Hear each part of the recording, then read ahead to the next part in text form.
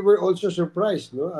Suddenly, she just came out bringing with her a copy of her affidavit, no? At hapon na nga yata o gabi na nga yata niya inilabas yung kanyang affidavit, no?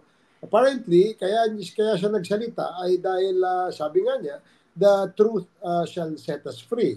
At medyo she had a 1 week reflection in the detention facility, and then she realized maybe it is now time, no, to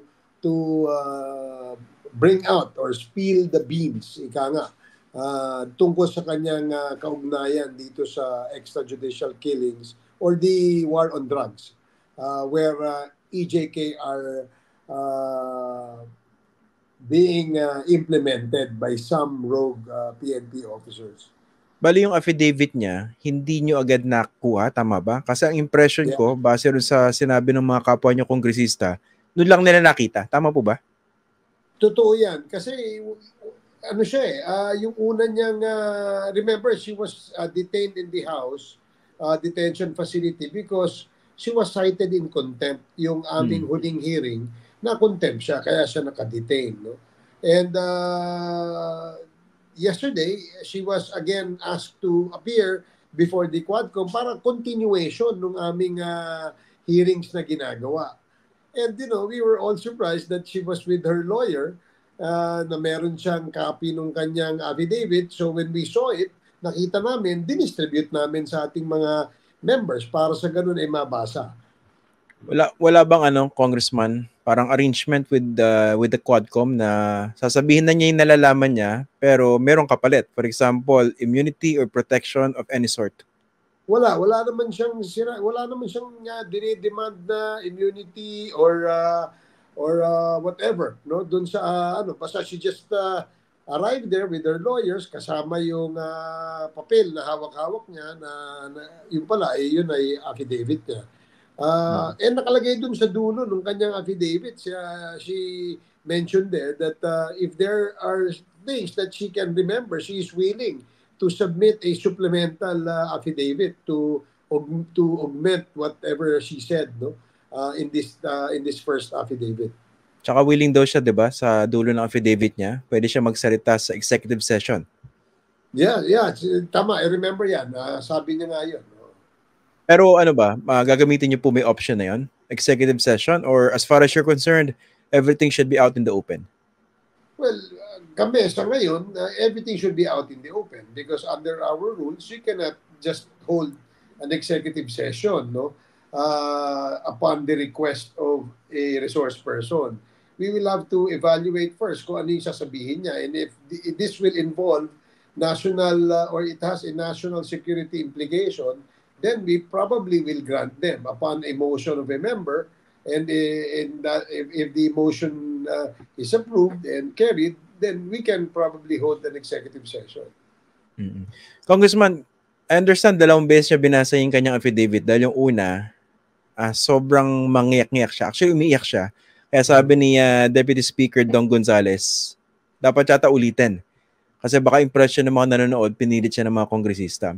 Mm-hmm. So basically, the image was, this was a woman very afraid of her life and for the safety of her family and loved ones. Kumusta naman po yung security niya?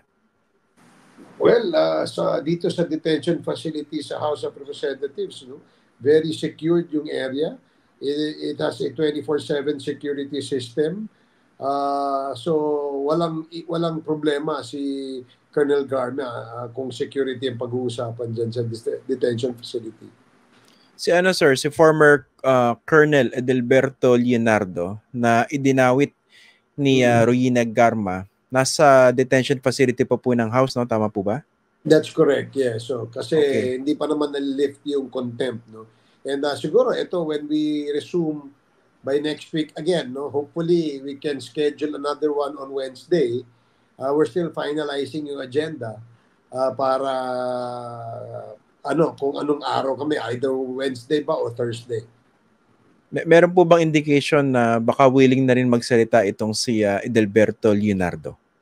if you recall, yung last hearing namin where Colonel Leonardo was present, he was answering some of the questions, but siguro yung mga tough questions hindi niya nasasagot o he refused to answer. But yun nga, kaya nga sinasabi namin, walang pilitan naman ito. Hindi naman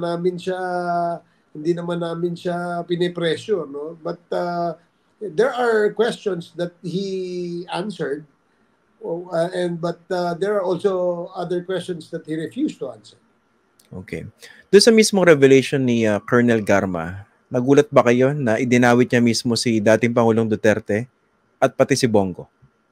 Kasi remember ba, kaya nga siya na-cite in contempt because si Congressman Paduano was asking how close she was with the former president, no? When she was a police officer and then eventually became the PCSO general manager. So hindi kami naniniwala na hindi siya close, no? And she refused to give us details or maybe just an answer saying that she is indeed close. Kaya nga we felt na ayaw niya magsabi ng katotohanan. Isa yun sa mga reason kung bakit siya na-contempt. Kaya nagulat kami, no? Nung lumabas yung kanyang affidavit na nabasa namin, nagulat kami. We did not expect that she will go that far dun sa kanyang affidavit. Given what you know about the links between Colonel Garma with former President Duterte, gaano po ka-crucial itong kanyang pagbaliktad at desisyon na magsalita laban kina Duterte and Bongo? As far as the committee is concerned, when we appreciate the testimony and the affidavit that she signed, sa tingin namin, that is sufficient enough for us, no, to use the affidavit as basis sa committee report namin. What the committee report will say, Christian, siguro hindi ko muna i-discuss because I will still have to get the vote of the majority of the members before I can even say it out in the open.